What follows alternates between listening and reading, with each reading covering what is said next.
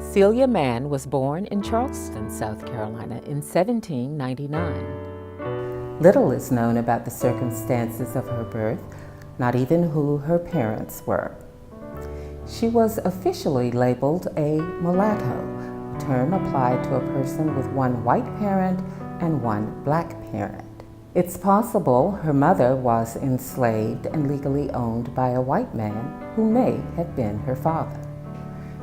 Stories handed down by her family have always told us that Celia gained her freedom, then walked from Charleston to Columbia.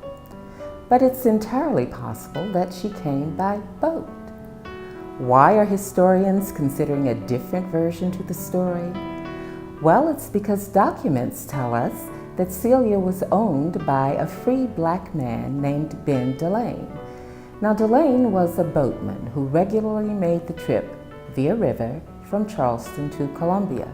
He was also Celia's husband, so it's entirely possible that he purchased her freedom, then brought her by boat from Charleston to Columbia, although we can't be sure.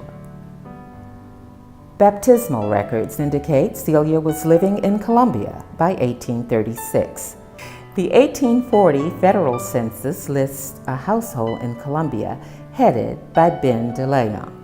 That included 2 free women of color, potentially Celia and her daughter Agnes.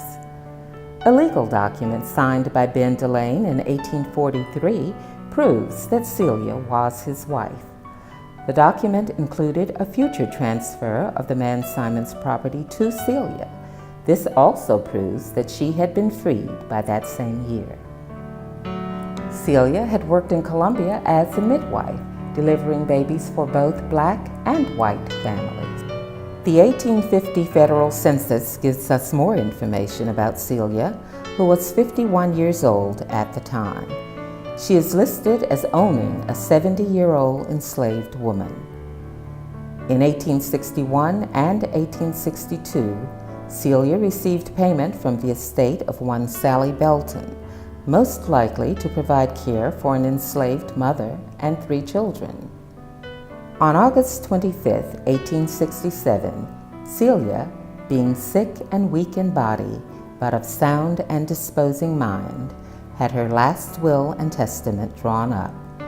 Unable to read or write, she signed her name with an X. 2 weeks later, on September 7th, Celia died. Columbia's white-owned newspaper, the Daily Phoenix, announced her death, calling her a respected nurse and providing testimony to the impact she'd made on the community. It read, "Celia Mann, who was present at the birth of many of our citizens, departed this life yesterday." Her funeral was held the afternoon of September 8th at Calvary Baptist Church.